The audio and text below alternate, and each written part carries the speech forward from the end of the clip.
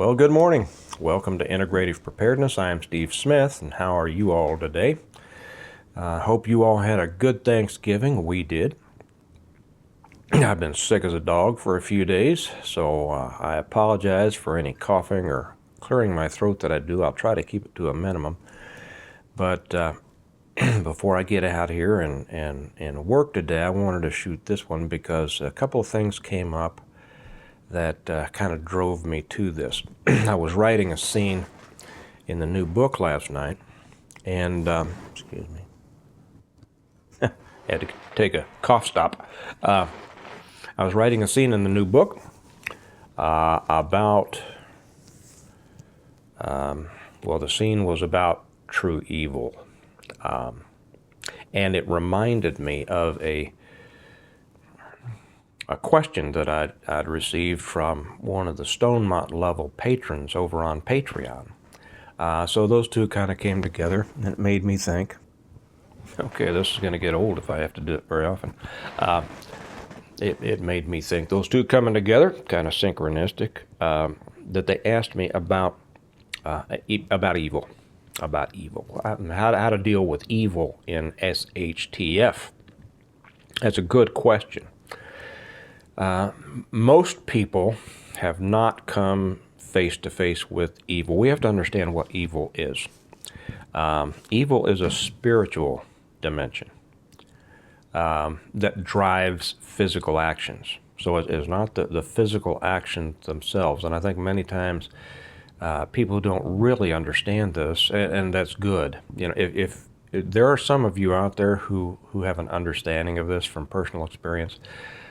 If you don't have a personal understanding of evil, and I don't mean that family member who's always trying to start a fight, okay, that's, you know, maybe that has a seed in evil. I don't know, but I got to get into that. But if you don't have a real understanding, a personal understanding of evil, don't, feel good. Don't feel shortchanged that you haven't been exposed to that. It is not something that you want to be exposed to. But it is something that you might be exposed to, especially in SHTF. Evil is not just, how should I put this? Evil finds joy and fulfillment in causing others pain. Okay. Physical pain, mental pain, emotional pain, whatever. It's not the snide remark. It's not the the jabs and the arguments and the gaslighting and all that. That's not what we're talking about. Evil, and there are some. If you look at some of the serial murders around, there's evil at the very bottom of it. Many people, I think, are enamored with the idea of evil. That's why they go to these movies, these demonic movies, these scary movies, which I don't like. I don't watch any of them. I don't think that's a door you want to open. That's why they like going to the haunted houses around Halloween. That's why they like, scary stories and things like that. People like to get right up to the edge of it. There is a psychological phenomenon that we're attracted to those things we fear. And this goes across the spectrum of our emotional and psychological lives. But that's a danger. So when we talk about dealing with evil, if you can imagine how we see evil all around us today, and we're seeing an increasing amount of it, you can imagine how much more there will be after an SHTF, to where there are no restrictions, to where all of a sudden the world that the evil thrive in is presented to them with no external controls except the ones you put on them. I'm not going to get theological here, but it's a good place to start. And for those of you who really want to take a deep dive into the nature of evil, the theological path is the one to go on, because that's the true understanding of it. But how we deal with evil as it manifests in our world physically is the important thing. And that's what I just want to give a short suggestion on. When and if and when you are confronted with evil, don't try to understand it. All right? Don't try to understand it. Was it Nietzsche who said that, you know, if you look into the abyss also looks into you? Many of us who chose a path of service, whether it be law enforcement or military or whatever, did so because we wanted to fight evil. And we found the farther we went down that path, the more we came to understand it, the more it normalized to us, the more we became that which we ostensibly wanted to fight against, because we rationalized to ourselves that we needed to be that in order to fight it. Big mistake. Big mistake. That's why so many people who went down that path ruined their lives. They ruined their families' lives. They ruined their children's lives. Their families are, you know, you look at some of the guys who you know, you hold at the highest realm. Look at their families are a mess.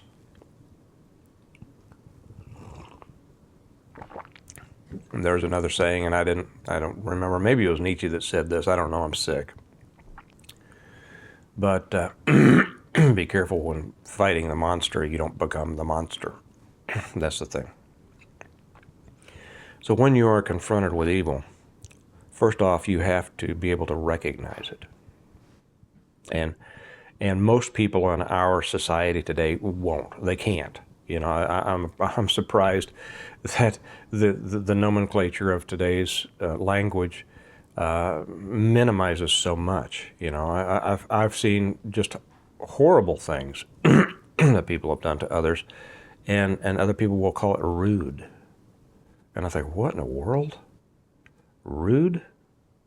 Because most people today can't get their mind wrapped around these kinds of things, and they keep themselves psychologically separated from them. Well, okay, I mean, if you can keep yourself psychologically separated from evil, you certainly want to. And again, for the greatest protection against that, I would recommend steeping yourself and preparing yourself in that.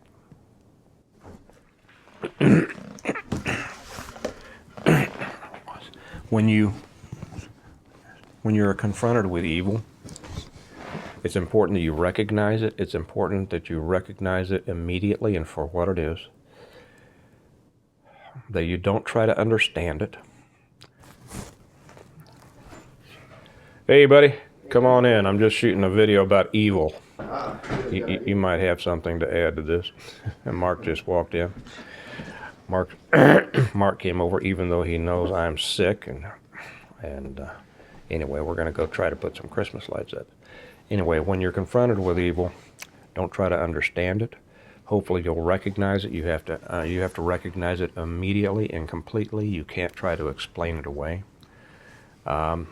You can't go through that dance that so many people in our world do today. And that is finding all of those relative things that can explain away this behavior. Okay? If it's evil, it's flat out evil, and it has to be dealt with. You have to recognize it. You have to recognize it for what it is. You have to recognize it for what it is immediately. Because if you don't, you put yourself and anybody else who depends on you in danger, and I mean a danger that most normal people can't even imagine. And then you have to deal with it. and you have to deal with it immediately, and you have to deal with it completely in such a way that that evil will never again threaten you or anyone else. Now, I think you all know what I'm saying in that regard, and we're not talking, we're talking about an SHTF situation, but these things, these things live among us now. They raise their heads occasionally, but they are kept down, by a system that, maintains some semblance of normalcy. SHTF, normalcy is gone, and evil will rise, and evil will rule. And it will destroy all those who don't understand it, and who don't react, and who don't respond to it quickly and completely. So that's all. I'm sure we could fill volumes, psychological volumes, about what evil is, things like that. That's not necessary. Don't get wrapped up in that. Get out of the weeds. Get out of the weeds and recognize things for what they are, and then deal with them. So that's what I wanted to talk about today, because I had that. I happened to be writing that chapter in the book last night. And some of you who have read the books know how I suggest dealing with people who don't act right. And I say, bring it to a conclusion right now. Because if you don't, you're simply asking for it to rise up against you later. And, it may not be you that it comes up against. It might be your kids, might be your grandkids. There was a great saying by, it was funny. As a matter of fact, hang on, I think I wrote it down. I'm going to go get it, because rather than me stumbling around trying to remember, it would make more sense if I just read it. Be right back. Okay, I found it.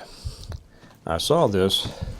It's the beginning of Batman Begins. I'm not a Batman guy, but I don't know why I was watching this, but this came on the screen at the front of the movie, and it said things so perfectly. I wrote it down. I've carried this scrap of paper in my wallet for years. It says, criminals thrive on the indulgence of society's understanding. That's exactly right. That's why we have such idiocy going on in our world, because no matter what people do, society excuses it and explains it away and tries to come up with some reason that it's not that person's fault and all this kind of stuff. And what you allow, you promote. And what you punish, you don't get near as much of, right? So that's kind of this. So because I was writing that segment in the book, I hope I'm not rambling too much here. I don't know. I'm sick. And because the patron, the Stonemont patron, had asked me this question, it seemed to fit in perfectly. That's what it is. Evil is that spiritual dimension that enjoys and fulfills itself by causing pain and torment to others, and manifests in those physical acts that too many people try to explain away. You're dealing with a spiritual aspect. And while you need to guard against that spiritually, you need to solve it physically. And you need to do it right away, completely. Okay. You all have a great day. Remember that we prepare well today in order to live well tomorrow. And along these lines, I would say that preparing well today might include taking a deep dive and an internal audit as to how you feel about evil, what you would do in certain situations as threats come against you or your family. Would you be able to respond? Would you be able to recognize it in time? Would you be able to respond effectively in time so that evil goes away forever? You all have a good day. I'll talk to you later. Bye-bye.